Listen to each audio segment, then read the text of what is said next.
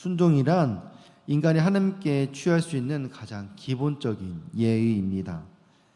우리 인간의 고난이 바로 이 하나님께 불순종함으로 시작되었습니다. 그래서 하나님은 우리에게 온전한 순종을 원하십니다. 오늘 본문의 이 아마샤는 유다 왕으로서 예루살렘에서 29년간 통치한 왕입니다. 그는 29년간 주 앞에서 정직히 행하였으나 온전한 마음으로 행하지 않았다라고 성경은 평가합니다. 우리는 오늘 본문 말씀을 통해서 하나님 앞에서 온전한 마음으로 행하지 않았던 것이 어떻게 믿음에서 일탈되게 하고 결국에는 비극적인 운명을 맞이하게 되는지 볼 수 있습니다. 주님을 향한 우리의 마음에 느슨함이나 빈틈이 생길 경우에 그것이 바로 오늘 본문의 아마샤처럼 우리 믿음을 파선에 이르게 할 수 있다는 사실을 우리는 깨닫고 배워야 할 것입니다. 그래서 우리가 오늘 말씀을 함께 살펴보면서 과연 하나님께서 원하시는 그 온전한 순종이 무엇인지 깨닫고 기도하는 귀한 시간 되기를 소망합니다. 첫 번째로 이 아마샤의 순종은 반쪽 순종이었습니다. 아마샤는 25세 유다 왕이 되어서 예루살렘에서 29년간 이스라엘을 통치했습니다. 남유다를 통치했죠. 성경은 근데 아마샤에 대해서 이렇게 설명합니다. 우리 본문 말씀 2절을 함께 읽겠습니다. 아마샤가 여호와께서 보시기에 정직하게 행하기는 하였으나 온전한 마음으로 행하지 아니하였더라. 아멘. 아마샤의 신앙은 반쪽짜리 신앙이었습니다. 또한 아마샤의 순종은 반쪽짜리 순종이었습니다. 왜냐하면 아마샤가 하나님 앞에서 온전한 마음으로 순종하지 않았기 때문입니다. 그는 에돔 족속과의 전쟁을 벌이기 전에 주님께 잘 순종하는 것처럼 보였습니다. 그런데 에돔과의 전쟁에서 대승을 거두자 그의 마음이 교만해진 것이죠. 그래서 세일 자손의 신들을 가져다가 숭배하기 시작했습니다. 이 세일은 에돔 사람들이 거주하는 지역입니다. 그 지역의 신을 가져다가 지금 섬기는 것이에요. 이 남유다가 에돔과 전쟁에서 승리했는데 굳이 왜 에돔에 있는 신들을 가져와서 섬기는 것일까요? 그 당시 가나안 사람들은 이 전쟁에서 승리를 하면은 그 전쟁의 승리의 원인이 어디에 있냐면은 그 적국의 신이 분노하여서 그 적국을 버렸기 때문에 승리한 것이라고 생각했습니다. 그래서 이 승리한 족속은 자신에게 호의를 베푼 그 적국의 신들에게 감사의 의미를 표하는 것으로 그 적국의 신들을 가져다가 섬기는 그런 문화가 있었습니다. 그러니까 지금 이 아마샤는 에돔과의 전쟁을 하나님의 도우심으로 승리한 것이 아니라 에돔 신이 분노하여 에돔을 버렸기 때문에 이겼다라고 생각한 것입니다. 급기야 하나님의 선지자가 경고했는데도 불구하고 이 우상 숭배 행위를 돌이키지 않고 오히려 하나님의 선지자에게 맞서기까지 하는 것입니다. 아마샤가 이렇게 하나님께 순종하기를 거절하고 돌이킨 이유는 하나님께 온전한 마음으로 순종하지 않았기 때문입니다. 다시 말해서 그의 치명적인 오류는 바로 무엇이냐? 반쪽 순종이었다라는 것입니다. 그는 우상 숭배, 곧 이 가나안 문화와 하나님을 같이 섬겼던 것입니다. 두 마음을 품고 하나님을 섬긴 것입니다. 그래서 그의 시작은 좋았지만은 그는 결국 불운한 최후를 맞이하게 되었습니다. 우리의 믿음 생활에 있어서도 온전한 마음으로 행하지 않는 이런 반쪽짜리 순종은 우리에게 치명적인 결과를 초래할 수 있다는 사실을 마음 깊이 새겨야 할 것입니다. 믿음과 순종은 하나님께 나아가는 두 날개입니다. 이 순종이 없는 믿음은 죽은 믿음이라고 성경에서도 말하고 있지요. 아마샤처럼 마음에서 우러나온 순종이 아니라 불순종한 순종, 두 마음을 품은 순종은 우리에게 독이 되는 것입니다. 우리의 믿음을 흔들리게 하는 것이지요. 오늘날 세속적인 그리스도인, 세상과 다르지 않는 매 순간 순종하려는 고민 없이 너무 쉽게 타협하는 그런 그리스도인들이 많아지고 있습니다. 바로 아마샤 같은 반쪽짜리 순종의 모습입니다. 우리가 이 아마샤의 모습을 통해서 우리의 마음이 그렇지 않은지 돌아보고 돌이키며 회개하는 시간이 되기를 원합니다. 두 번째로 아마샤의 순종은 위선적인 순종이었습니다.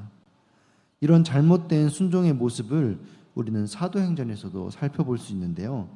사도행전 5장 1절에서 3절 말씀을 우리 함께 읽어보겠습니다. 아나니아라 하는 사람이 그의 아내 삽비라와 더불어 소유를 팔아 그 값에서 얼마를 남춤에 그 아내도 알더라. 얼마만 가져다가 사도들의 발 앞에 두니 베드로가 이르되 아나니아여 어찌하여 사단이 내 마음에 가득하여 내가 성령을 속이고 땅값 얼마를 감추었느냐. 아멘. 그 당시 초대교회의 공동체 생활과 이 물건 공유 그리고 이 헌신의 모습은 모두가 스스로 자원함의 기초를 두고 있습니다. 누가 그것을 시켜서 강요로 한 것이 아니라는 거죠. 우리가 초대교회를 이야기할 때 이런 모습을 본받자고 하여서 물건을 공용하고 통용하고 이런 모습을 우리가 같이 본받자고 이야기하는데 이것은 자원하는 마음에서 이루어졌던 것입니다. 그리고 또 한편으로는 그 당시에 재림을 가까이 둔 그런 성도들의 마음에서 일어났던 것이지요. 하나님의 이런 강한 은혜가 초대교회 위에 크게 임하고 있었습니다. 이런 은혜의 역사 속에서 특별히 이 바나바는 자신의 전 재산을 하나님께 드렸습니다. 그런데 아나니아와 삽비라는 교회에 자신의 재산을 전부 봉헌한 이 바나바의 헌신의 영향을 받아서 자신들도 재산을 팔아서 하나님께 드리기로 결심했습니다. 누가 시켜서 한 것이 아니고 분명히 마음의 감동을 받아 한 것이지요.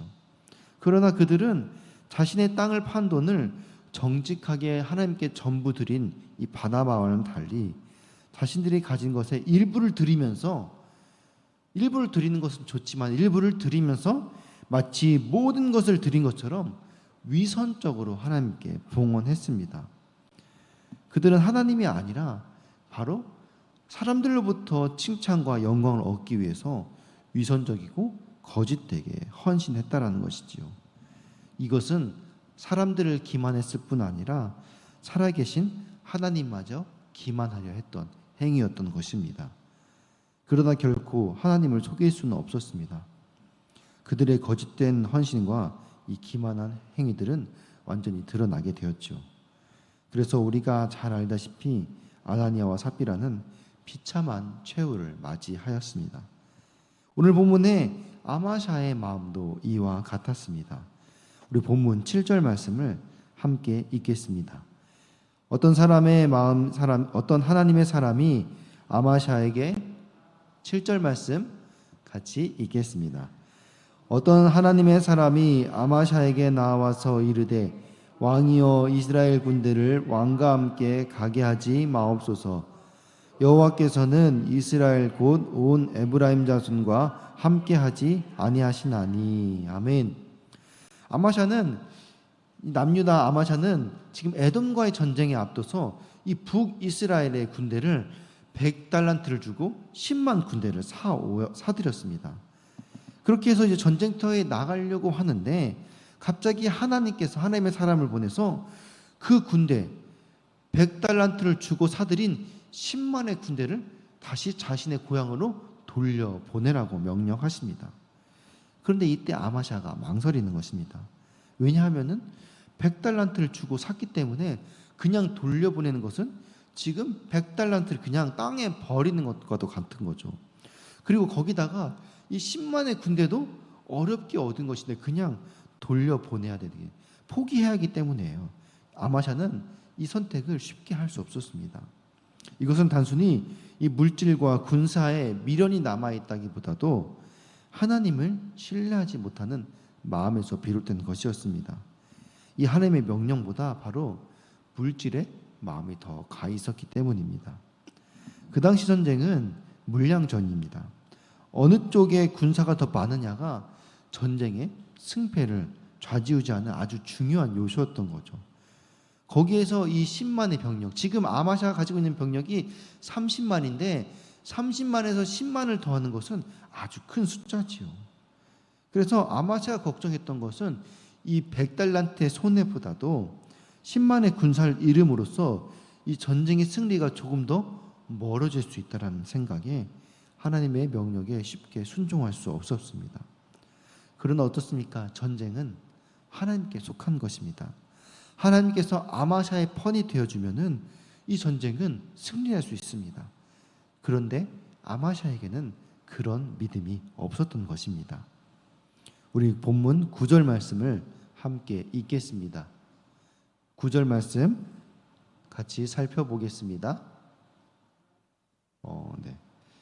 9절 말씀을 준비가 안 된다. 9절 말씀 같이 읽겠습니다.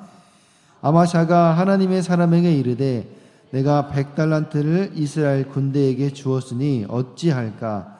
하나님의 사람이 말하되 여호와께서 능히 이보다 많은 것을 왕에게 주실 수 있나이다 하니라. 아멘. 지금 하나님의 사람이 이제 아마샤가 자꾸 망설이니까 이렇게 말하는 거예요. 여호와께서 능히 이보다 많은 것을 왕에게 주실 수 있나이다.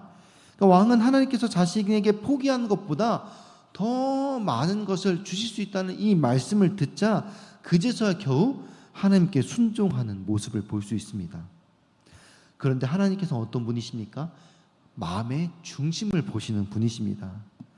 결국 아마샤가 순종할 때는 에돔과의 전쟁에서 승리하게 하셨지만은 나중에 아마샤는 그것으로 인해서 결국 패망하게 됩니다. 그런데 오늘 아마샤의 모습을 보면서 우리의 모습이 이와 같지는 않습니까?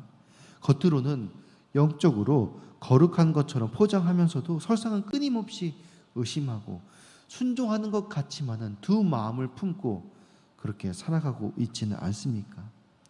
우리에게 이런 아마샤의 모습이 있지 않은지 매 순간 돌아보며 우리는 회개하고 돌이켜야 합니다.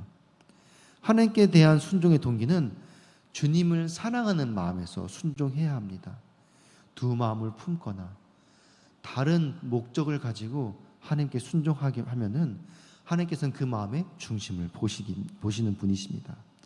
마태복음 6장 21절을 보면은 내 보물이 있는 곳에는 내 마음이 있느니라 말씀하십니다. 과연 우리의 보물은 무엇입니까? 어떠한 마음으로 우리가 주님께 순종하고 있으십니까? 우리 순종의 동기가 무엇인지 우리가 스스로 돌아보면서 오늘도 하나님께서 기뻐하시는 이 온전한 순종을 통해서 하나님께 영광 올려드리는 하루를 살아가는 복된 성도님들 되시기를 주님의 이름으로 축원합니다. 아멘. 우리 다 같이 합심으로 기도드리기 원합니다. 우리가 세상과 타협하며 두 마음을 품은 반쪽짜리 순종을 내려놓기 원합니다. 하나님 아닌 다른 동기로 다른 목적을 향한 위선적인 순종을 내려놓기 원합니다. 오직 하나님 한 분, 목적도 과정도 결과도 모두 하나님의 영광을 위해서 하나님만 바라보고 하나님께 맡기며 온전한 순종을 드리며 나아가게 하여 주시옵소서. 특별히 수능이 58일 남았습니다. 우리 교회 수험생들이 지혜와 체력을 더하여 주시고 하나님의 영광을 위해서 공부하게 하여 주시옵소서. 이 시간 다음 세대를 위해서 오늘도 온전한 순종을 드리는 우리가 되게 해달라고 다 같이 주님의 이름 세 번 부르고 합심하여 기도하겠습니다. 주여 주여